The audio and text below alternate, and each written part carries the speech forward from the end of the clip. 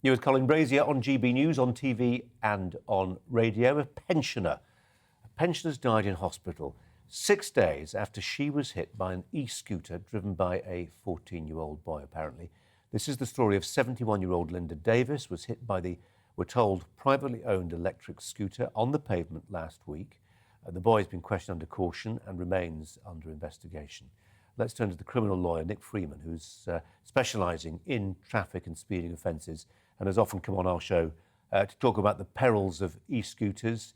And Nick, this is a I'm going to use that dreadful cliche that journalists like to use. It's a grim milestone, but it's been coming for a while. I'm afraid it has. And once the government unleash these, legitimise them on the pavements, on the roads, that there's going to be many more similar fatal accidents and accidents causing serious injury. So it's something that needs to be dealt with urgently. The government's explanation for legalising e-scooters is they can't control the fact that they are being used on such a widespread basis whilst they're illegal, which seems a sort of concession to the fact. It's rather like saying, well, a lot of people take cannabis, so let's legalise it. It demonstrates how little control the government actually have about the illegal use of these e-scooters. And they need specific bespoke legislation to deal with the problem. And one of the particular problems, of course, is relating to this issue, is driving on the pavement. How are they going to prevent it? Just having legislation by itself is insufficient. It's going to need to be supported by technology. And in my view, what we're going to have to have... I agree with you, Nick. I agree with you, but it's also going to be it needs supporting by the will.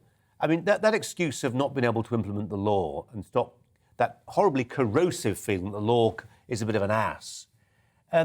Anybody who lived, as we all did, through lockdown knows that this is a government that, if it really has the will, can send police officers to stop people drinking cappuccinos in parks. It could clamp down on e-scooters if the will was there. If it was going to prioritise the resources, yes, it needs to do that.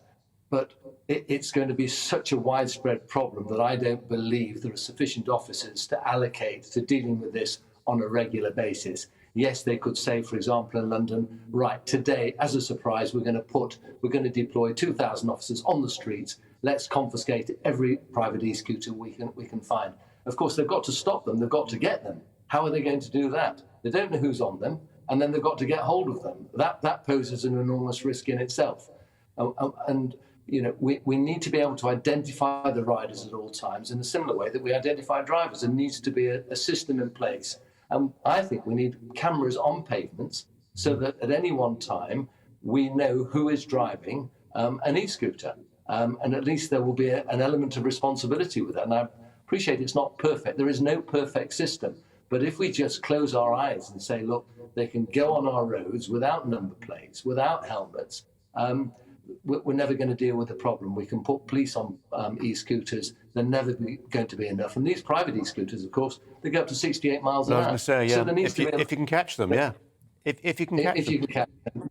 Nick, we're out of time. Nick Freeman. Nick Freeman, we're out of time, but really appreciate yours as ever. Thank you very much indeed. Just a very brief thought from